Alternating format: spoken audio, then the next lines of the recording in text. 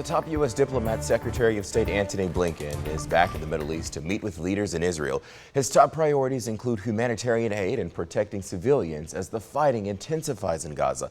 Hamas says the death toll there has now topped 9,000, including more than 3,000 children. Meanwhile, President Biden says more than 70 Americans got out of Gaza yesterday alone. Ian Lee has the latest from Tel Aviv. U.S. Secretary of State Antony Blinken landed in Tel Aviv on his second trip to the Middle East since the conflict began nearly a month ago. He says he's focused on protecting innocent civilians caught in the crossfire, getting humanitarian aid into Gaza, and reaching a sustainable peace between Israel and the Palestinians. We're determined that this conflict not spread. The visit comes 3 days after the gates opened at the Rafah crossing, allowing hundreds of foreign passport holders, including dozens of Americans, passage from war-torn Gaza into Egypt. I don't know if I'm ever going to be able to see the family that I left behind or the friends that I left behind.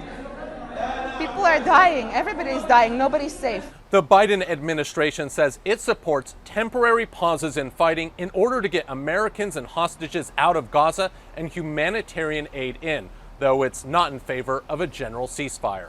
Israel's military says the encirclement of Gaza City is complete as the fighting expands deeper into the territory. Hamas says an Israeli airstrike on the Baraj refugee camp Thursday is believed to have killed at least a dozen Palestinians. While visiting the UK, Vice President Kamala Harris called some of the images out of Gaza, quote, heartbreaking. It is absolutely tragic when there is ever anywhere any loss of innocent life. Though the vice president also said the administration is not telling Israel how to conduct the war. Well, in addition to Israel, Secretary of State Antony Blinken plans to visit Jordan today. Yesterday, the House of Representatives passed a $14 billion Israel aid bill despite a veto threat from the White House. However, the bill is not likely to get past the Democrat-controlled Senate, where many lawmakers from both parties oppose separating Israel aid from Ukraine assistance.